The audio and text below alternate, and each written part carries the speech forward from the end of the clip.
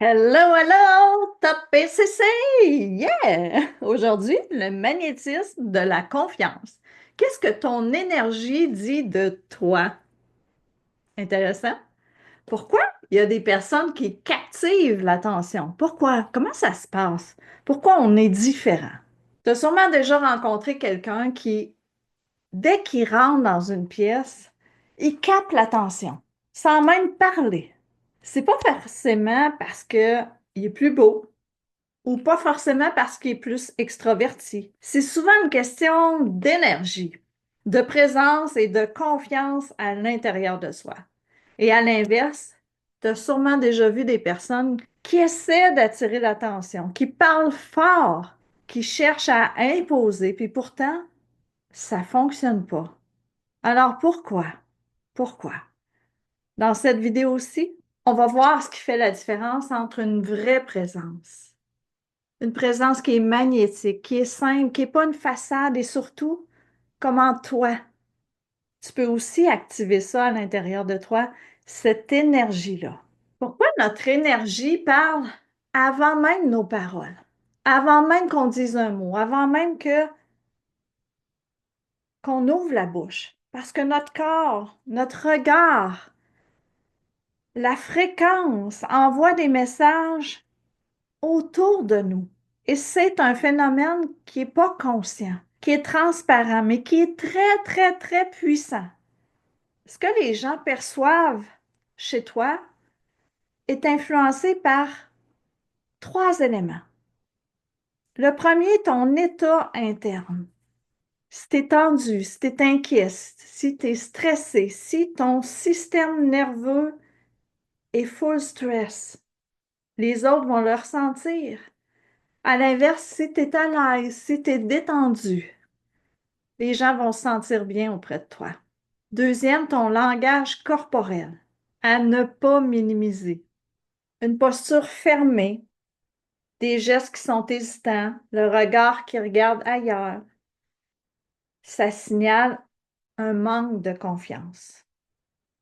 À l'inverse, une posture ouverte, une respiration calme, calme, un regard posé. Affirme quoi? Affirme de l'assurance. Troisième, la gestion de l'espace et du silence. Une personne qui prend son temps, qui ne remplit pas chacun des silences par du bruit, dégage aussi plus de confiance. Trop bouger, trop parler vite ou combler les silences montre souvent de la nervosité. Alors, comment on perd notre présence sans s'en rendre compte? Parce que oui, ça nous arrive de perdre notre présence inconsciemment. Beaucoup de gens que j'ai rencontrés dégagent pas l'énergie qu'ils voudraient. Pas parce qu'ils manquent de valeur, mais parce qu'ils se laissent distraire ou submerger. Trois erreurs courantes qui affaiblissent la présence. Quand on est trop absorbé par son mental, si ton esprit est occupé à réfléchir à ce que les autres pensent de toi, à ce que les autres peuvent dire de toi, tu n'es plus ici, tu n'es plus maintenant, tu n'es plus dans le moment présent. Alors le résultat, c'est tu n'écoutes pas vraiment qui tu es. Tu es juste en réaction au lieu d'être dans l'interagir. Et ton énergie semble dispersée partout, sauf à l'intérieur de toi. Quand tu es en attente de validation, à regarder souvent comment les autres réagissent à ce que tu dis, à ce que tu fais. Tu te mets en position de demandeur, de validation. Et à l'inverse, si tu es magnétique, si tu es ancré dans ta propre énergie, tu n'attends aucune approbation des autres. Tu es bien. Tu es juste là, tu es juste dans l'être, sans jugement, sans donner du pouvoir à l'extérieur, mais toi, reconnaître ton propre pouvoir. Et troisième, ne pas contrôler son environnement sensoriel. Trop d'écran, trop de bruit, trop de stress. Ça surcharge quoi? Notre système nerveux, qui nous empêche d'être pleinement présent, ici, maintenant. Notre esprit est encombré et donne une présence encore là qui est dispersée, qui est partout, mais pas complète. Alors, comment créer une présence qui est magnétique, qui est confiante? Être magnétique, c'est pas parler plus fort, pas essayer d'impressionner. C'est apprendre à ajuster son énergie, apprendre à ajuster sa posture. 5 éléments pour y arriver. Maîtriser sa respiration. Respiration lente et profonde.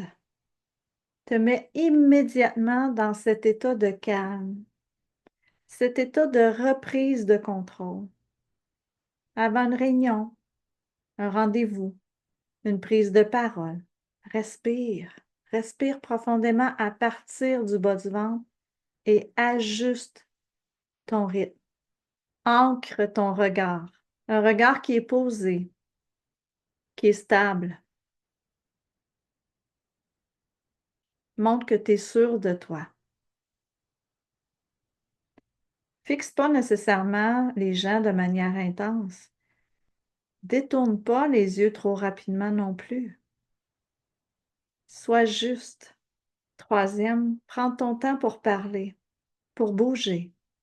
Parle pas trop vite ou gesticule pas trop pour envoyer un message d'agitation. Non, ralentis légèrement le débit. Fais des pauses.